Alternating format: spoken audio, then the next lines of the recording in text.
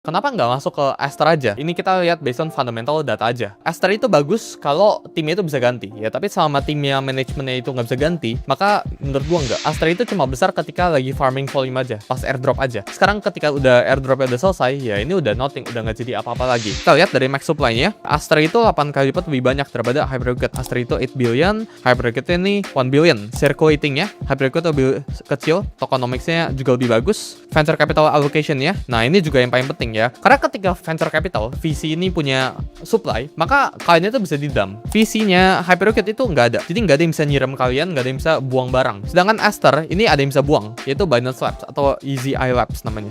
Team unlock-nya, ya ini udah distractional, udah segini yang keklaim. Terusnya Aster, ini highly historical, buyback to burn. Nah ini juga salah satu hal yang penting. Hyperliquid ya, ketika mereka itu mendapatkan fee, 97% dari pendapatan Hyperliquid, ini di burn. 97% ini di buyback Hyperliquid. Sedangkan Aster ini buyback ini ada, tapi alokasinya itu nggak clear sama sekali. Kita juga lihat dari sisi building ya, dari sisi fundamental building dari exchange ya, perpetual DEX-nya. Dari native layer 1-nya ya, Hyperliquid ini custom build, Hyperliquid BFT namanya. Aster ini juga bikin Aster Chain namanya, baru launch. Order book-nya ini 200.000 orders per second ya, for reference Solana ini jauh di bawah ini. Aster ya ini on-chain dengan off-chain matching. Nah ini keuntungannya ini apa? Ini bisa dark chain namanya. Jadi orang-orang yang trading di Aster ke depannya ya, dijanjikan bisa masuk tanpa masuk ke blockchain ya. Jadi orang tuh bisa transaksi tanpa ketahuan. Smart contracts ini Hyper EVM, Aster ini multi chain bridging. Hyper EVM ini jauh lebih bagus. Kenapa? Karena orang itu bisa build di atas Hyper EVM ini. Ya baik banget program-program atau projects yang dibuild di atas Hyper EVM ini. Latency ya sub-second, ya ini juga variable karena ini multi chain sifatnya. Nah, battle tested ini juga salah satu hal yang penting ya buat awal-awal. Hyperliquid ini udah di battle test 2,5 tahun, udah live ya sebelum bener-bener tokennya itu launch. Sedangkan ya Aster ini baru kurang dari 1 tahun ya